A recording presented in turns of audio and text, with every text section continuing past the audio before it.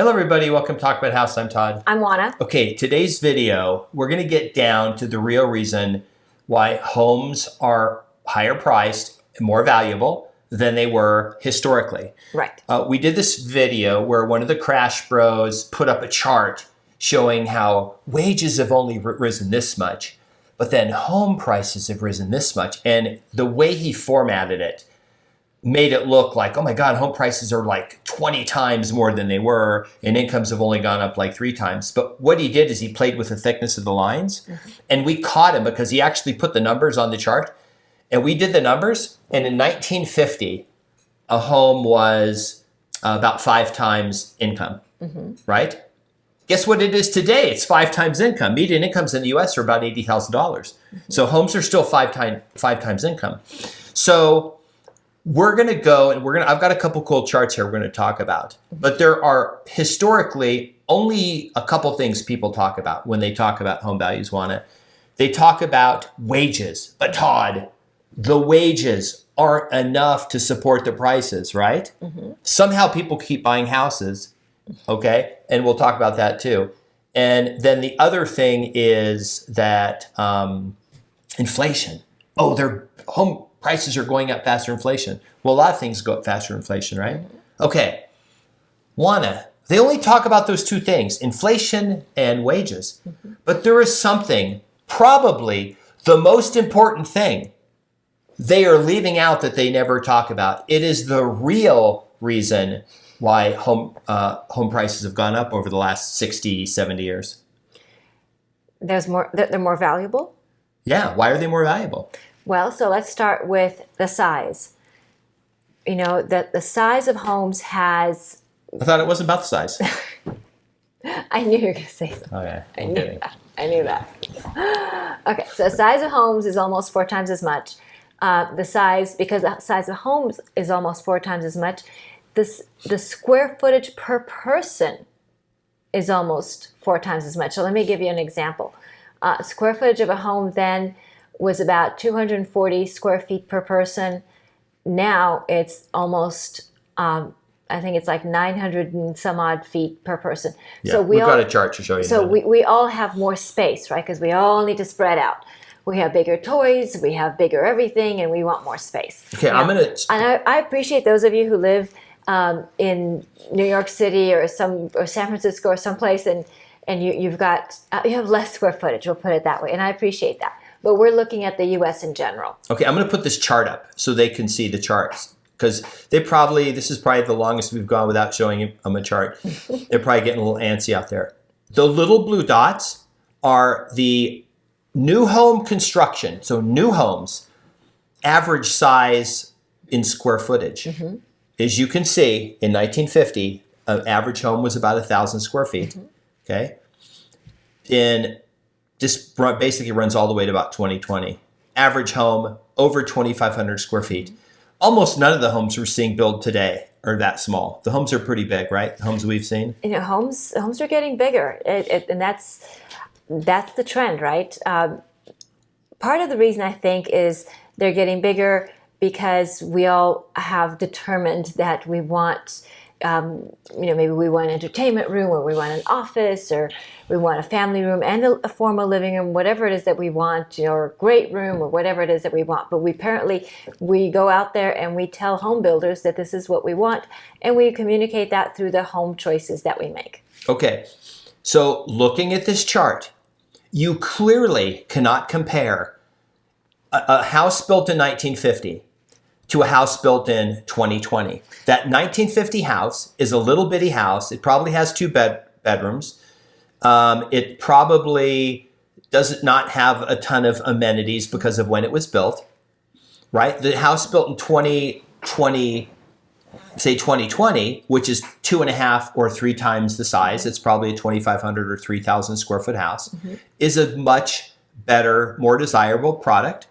So the problem is people are comparing homes like it's a generic thing.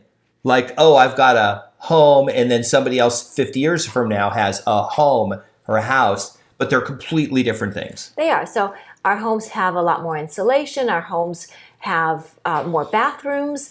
Our homes have better appliances, our homes have better roofs, our homes have maybe they have solar, maybe they have all kinds of smart home technology. Maybe they have certainly the plumbing is considerably different, right? We have Reliable, reliable, electrical. right? We have bigger bathrooms. We have more of them. We have 2 sinks in primary bathrooms almost always. A lot of times 2 sinks in some of the secondary bathrooms. So all of that goes into the cost. Of course we have all kinds of electricity and all kinds of and I'm not suggesting that they didn't have electricity in 1950, but what I am suggesting is they didn't have as many electrical outlets. They didn't have overhead lighting everywhere. They didn't have 3-way ceiling fans. They didn't have canned lighting. They didn't have all these other things that, let's face it, they cost money. So all of this kind of goes together. A lot of homes didn't even have air conditioning. Remember, 1950, certainly most homes didn't have air conditioning, if any. No. The house I lived in San Diego as a kid in the 60s and 70s did not have AC. Right. And ready for this, we didn't have a heater. Right. So we have heaters, we have air conditioners, we have hot water heaters. We have all kinds of things that all add to that cost. Okay, what about infrastructure? Because this is something, your house, and I'm going to put this chart up, okay, while we talk. This is the average floor area of a house built in the 20s, 30s, 40s, 50s, even in the 60s. And then we'll go over here to the average, you can look at the average floor area per person. A house built in 1950 probably had a road going to it if it was in a urban area, right? So, but it may not have had. It might have been on a septic. We have some houses here in Vegas that were built in that time that were built on wells and septic. Mm-hmm. Okay, houses today pretty much are all like the requirement is that they are built with sewer and water. Right. That's more valuable than having a septic, because now a septic, you can't use it as much. You have issues with it. You have repair costs, things like that. Well, and you also have limitations because the size of the septic determines how many people can actually live on the property, because that determines how much the septic can handle regarding waste and showers and that sort of thing. And then you're probably going to say, but Todd, those people tore down, like in Coronado, they tore down those houses built in the 40s and 50s, and they built massive homes there. That literally proves the point. That's why you can't do the comparison. In 1950, what you paid for was the little bitty house on the lot. Yes, somebody 70 years later came by, tore down the house, and built the thing. Instead of a 1,300 square foot house, maybe they built a 4,000 square foot house, 2-story house, super nice, mm-hmm. right? Far superior than the little, definitely more than 3 times value, because it's all new and everything. So that house today, if the person in 1950 had seen what they were going to put in the lot, they'd be like, wow, I never could have afforded that. Mm-hmm. I could only afford the little house. People don't want to take into account the improvement of the house. Like, it's a physically larger house. It's a physically larger house, and it's a completely different quality house. So the house from the 1950s, it had 4 walls, a floor, and a roof kind of thing, but not a whole lot more. Houses today have a whole lot more. They're, like I said, much more energy efficient. They're more structurally sound in some cases, particularly because of building codes.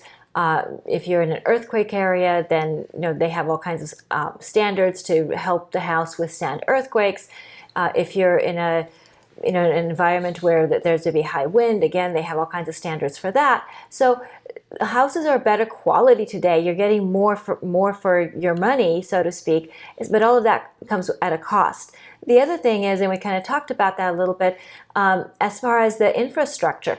And the infrastructure, so sometimes the builders have to put in the infrastructure, right? They have to bring the sewer, bring all the utilities out to the property. Sometimes they have to put in roads. Sometimes they have to put in street lights, and they have to put in all the community landscaping and all of that. All of that comes at a cost, right? Sidewalks. I've lived in houses as a kid where we didn't have a sidewalk. Right.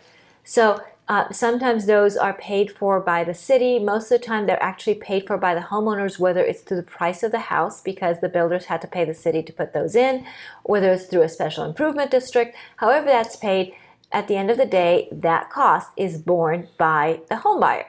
However you want to parcel that out. So all of that goes into that purchase price. We've done other videos. I think we did one a few months ago where we actually went through the cost line item by line item of what it costs to build a house, like, trusses and insulation and drywall and all of that. We went through that. So if you want to go into our library and find that, that would be great. It's a fun video to watch, and we have charts and we have numbers.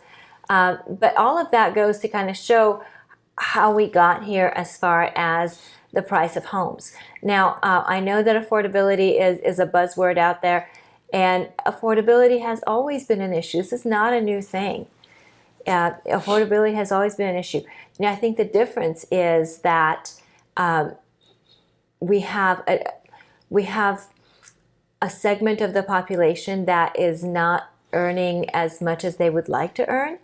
And part of that has to do with the kind of jobs that they're pursuing, the kind of skills that they've availed themselves of. So that puts them in a situation where they would like the 4,000 square foot house, but really what they can afford is a 1,500 square foot house. So I think that's part of what that affordability conversation is about. And I'm not suggesting that everybody can afford even the 1,500 square foot house, okay? But I'm simply saying that a lot of times it is that beer budget and champagne taste. I want to challenge you to do this, to think about this. Maybe even if you're really bored, you want to drive around. If you live in a town that's not a brand new town, that actually did have a substantial amount of building, maybe in the 40s, 50s, that wasn't rented. They like tore it down and built new stuff. When you complain or you see somebody complaining about how expensive homes are, I want you to drive to those neighborhoods and go find homes for sale that look like it's still 1950, meaning there's no sidewalk still. It's just a small house. There's probably no HOA. The houses around it probably look terrible. It's probably not a very affluent area. It certainly probably isn't. And don't say, Balboa Island in Newport Beach, okay? Okay, that's not a fair example. Go and look at what those homes are worth today, and then what incomes are worth in your market. Because this is the problem.